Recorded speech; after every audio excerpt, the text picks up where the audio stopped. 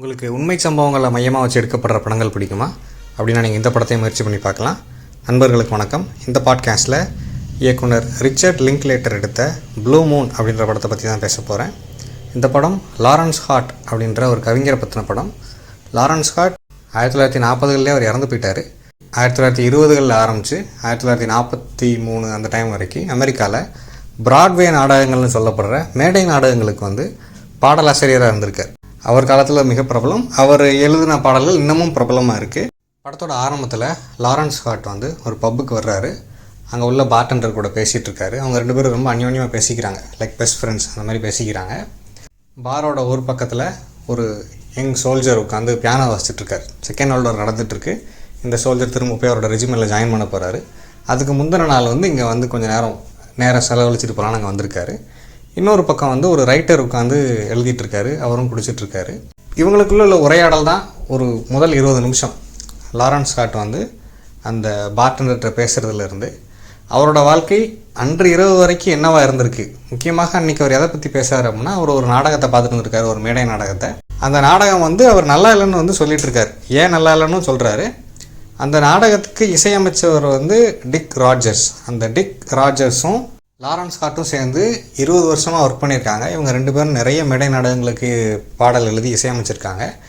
முதல் முறையாக tick Rogers இவர் கூட இல்லாமல், லாரன்ஸ் ஹார்ட் அல்லாமல் ஹேமர்ஸ்டீன் அப்படின்ற ஒரு கவிஞர் கூட சேர்ந்து ஒர்க் பண்ணி அந்த மேடை நாடகத்தை அரங்கேற்றிருக்காங்க.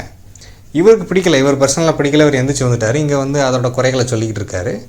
கொஞ்ச நேரத்தில் அந்த டீம் இங்கே தான் வரப்போகிறாங்க. அதுக்கு முன்னாடி இவங்ககிட்ட அவரோட மன ஓட்டத்தை சொல்லிகிட்டு இருக்காரு. கவிஞர் அப்படின்றதுனால அவர் பேசுகிற எல்லாமே ரொம்ப அறிவார்ந்தும் ரொம்ப இலக்கியத்தரமாகவும் ரொம்ப நுட்பமாகவும் இருக்குது. ஒரு அறிவார்ந்த இன்டலெக்சுவலாக இருக்குது. அதுக்கு ஈக்குவலாக ஈடு கொடுக்கும் விதமாக அந்த பார்டெண்டரும் பேசுகிறாரு. கொஞ்சம் நேரம் கழித்து உட்காந்துருக்கிற இன்னொரு ரைட்டரும் அந்த காலத்தில் ஒரு பிரபலமான ரைட்டர் தான். அப்புறம் தான் நேரடியாக அன்றைக்கி தான் அவங்க அறிமுகமாக்கிறாங்க. அவர் பேர் E.B. ஒயிட். அவரோட ஒர்க்ஸ் பற்றியும் இவர் பேசுகிறாரு. அவர் குழந்தைகளுக்காக ஒரு கதை எழுதணும்னு சொல்லி இவர் கேட்டுக்கிறாரு. இப்படி கான்வர்சேஷன் நடந்துகிட்டே இருக்கும்போதே அவர் லாரன்ஸ் ஹார்ட் அவர் அங்கே ஒரு கெஸ்ட்டை எதிர்பார்க்குறேன்னு சொல்லிட்டார். அவர் எதிர்பார்த்துட்டு இருக்கிற கெஸ்ட் யார் அப்படின்னு சொன்னால் அவரோட இளம் காதலின்னு இவர் சொல்கிறாரு. அவங்க என்ன நினைக்கிறாங்கன்றது பின்னாடி நமக்கு அப்புறம் தான் தெரிய வரும். அப்போ அந்த பெண்ணை வர்ணிச்சுக்கிட்டே இருக்கார். இவர் 40களில் இருக்கார், அந்த பெண்ணுக்கு 20 வயசு தான் ஆகுது. அண்ட் இந்த உரையாடல்கள் இந்த இதை வச்சு கசப்லங்கான்னு சொல்லி அந்த படத்தோட ரெஃபரன்ஸ் நிறையா இருக்குது. அமெரிக்காவில் இதுவரை எடுக்கப்பட்ட படங்களில் சிறந்த 5 படங்கள்னு எடுத்தால் அதில் ஒன்று கசப்லங்கா இருக்கும். இல்லை சிறந்த 3 படங்கள்னு எடுத்தால் பெரும்பாலான சமயங்களில் கசப்லங்காக்கு அதில் ஒரு இடம் இருக்கும். கசப்லங்கா, சிட்டிசன் கைன், காட்ஃபாதர், இந்த 3 படம் எப்பயுமே டாப் 3ல் அவங்க வச்சுருக்காங்க மாற்றி. அந்த படத்தோட ரெஃபரன்ஸ் இந்த இவங்க உரையாடல்கள் திரும்ப வந்துக்கிட்டே இருக்குது. ஏன் அந்த படத்தோட ரெஃபரன்ஸ் வருதுன்னா, அந்த படமும் அந்த படத்தில் உள்ள நிறைய காட்சிகளும் ஒரு பப்பில் தான் நடக்கும். அந்த படத்தில் இணையாத காதல் ஒன்று இருக்குது. அந்த வருத்தத்தில் அந்த காதலன் இருப்பான். அப்போ அந்த ரெஃபரன்ஸை வச்சு இவங்க பேசிகிட்டு இருக்காங்க. அதன் பிறகு இந்த நாடகத்தை அரங்கேற்றிட்டு அது வெற்றி ஆகிட்டதுனால அதை கொண்டாடுறதுக்காக அந்த டீம் அங்கே வர்றாங்க. அந்த டீம் கூட நடக்கிற உரையாடல் அது நடந்துட்டு இருக்கும்போதே இவர் எதிர்பார்த்த எலிசபெத் அப்படின்ற அந்த இளம் பெண்ணு வந்துடுறாங்க. எலிசபெத்தாக மார்கரெட் குவலி அப்படின்ற நடிகை தான் நடிச்சிருக்காங்க. அவங்க ஒரு ட்ராமா ஸ்டூடெண்ட். நாடகத்தை முறையாக படிக்கிறாங்க. நடிப்பு, செட் டெக்கரேஷன், இசை, இந்த விஷயங்களில் அவங்களுக்கு ஆர்வம். அப்போ கவிஞர் கூட பழகுனா அவர் சிறந்த ஆட்களை அறிமுகப்படுத்தி வைக்கும்போது அதிலிருந்து தன்னோட கரியர் ஆரம்பமாகும் அப்படின்றத ஒரு நோக்கமும் அவங்களுக்கு இருக்குது. உண்மையிலே இவர் மேலே ஜெனியூனான மதிப்பும் வச்சுருக்காங்க. இவங்களுக்கு நடுவில் ஒரு உரையாடல் நடக்குது. இதுக்கு நடுவில் அந்த டீம் வந்துட்டாங்க. இவர் ஆட்களுக்கு அறிமுகப்படுத்தி வைக்கிறாரு. இந்த கான்வர்சேஷன் தொடர்ந்து நடந்துகிட்டே இருக்கும்போது இவர் போயிட்டு டிக் ராஜர்ஸ்ட்டை பேசுகிறார். இவங்க ரெண்டு பேரும் பேசிக்கணும் போது கடந்த 20 வருடங்களில் அவங்க உறவு எப்படி மாறி இருக்கு. சிறந்த நட்பாக இருந்தது, இன்றைக்கி கிட்டத்தட்ட எஸ்ட்ரேஞ்ச்மெண்ட்டுக்கு வந்துருச்சு. அதுக்கு முக்கியமான காரணம் என்ன அப்படின்னா, லாரன்ஸ் ஹார்ட்டுக்கு இருந்த குடிப்பழக்கம் தான். அவர் அவருக்கு ஆரம்பத்திலே சொல்கிறாங்க, அவருக்கு குடிக்கிறதுக்கு தடை விதிச்சிருக்காங்கன்ற மாதிரி அந்த பார்டெண்டர் சொல்கிறாரு. நீ கேட்டால் கொடுக்கக்கூடாதுன்னு நீயே சொன்ன, இப்போ நீயே கேட்குறன்ற மாதிரிலாம் சொல்கிறாரு. இப்போ இவர் குடிப்பழக்கத்தினால இவர்கிட்ட ஒரு கன்சிஸ்டன்சி இல்லாதனால கடைசியில் வெறுத்து போய் தான் அவர் டிக் ராஜர்ஸ் இன்னொரு கவிஞர் கூட சேர்ந்து ஒர்க் பண்ணுற மாதிரி சூழ்நிலைக்கு கொண்டு வந்துட்டார்.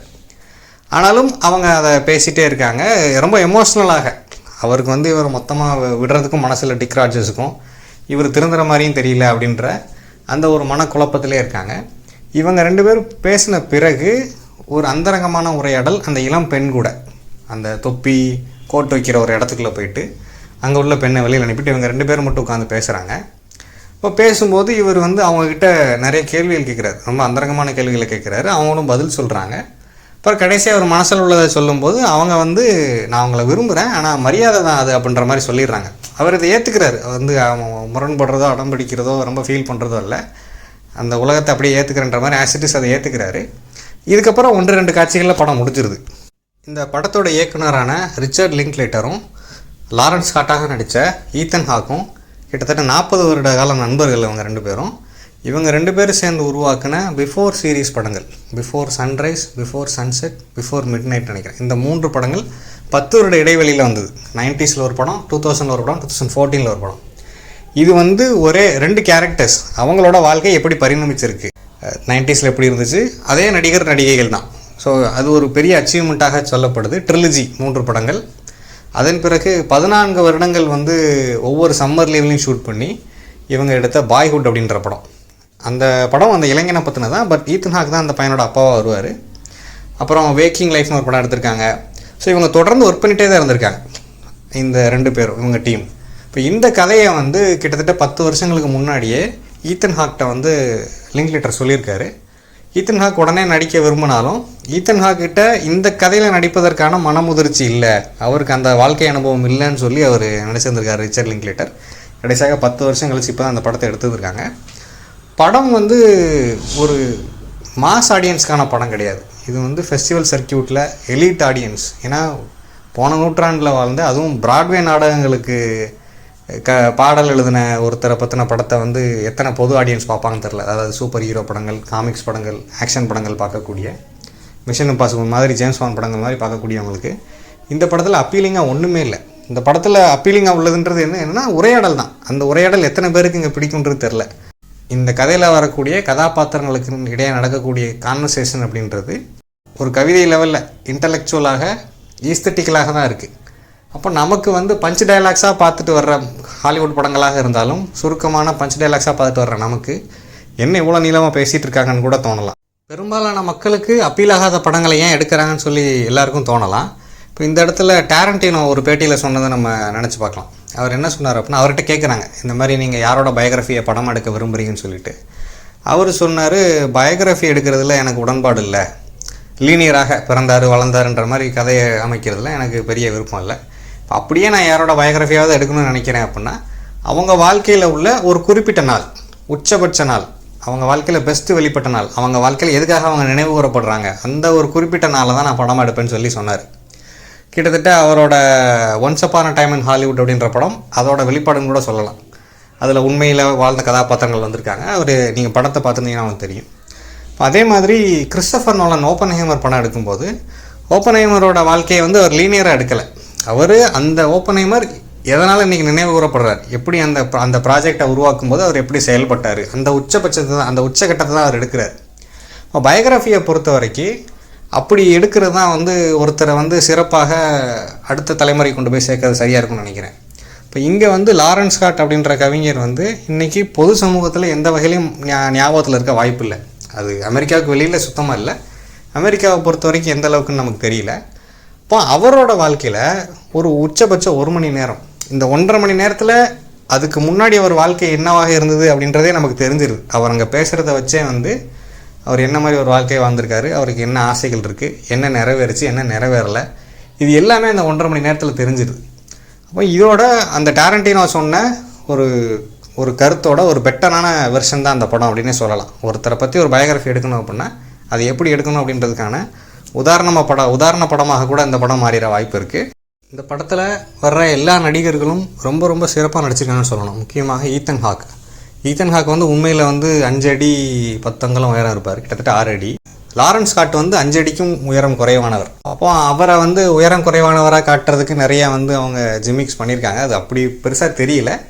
பட் நமக்கு மற்ற ஈத்தன் ஹாக்கை மற்ற படங்களில் பார்த்துட்டு இதில் பார்க்கும்போது கொஞ்சம் அதிர்ச்சியாக இருக்கும். பர்டிகுலர்லி அவர் கதாநாயகி கூட பேசும்போது கதாநாயகியோட ஷோல்டர் கூட அவர் இருக்க மாட்டார்.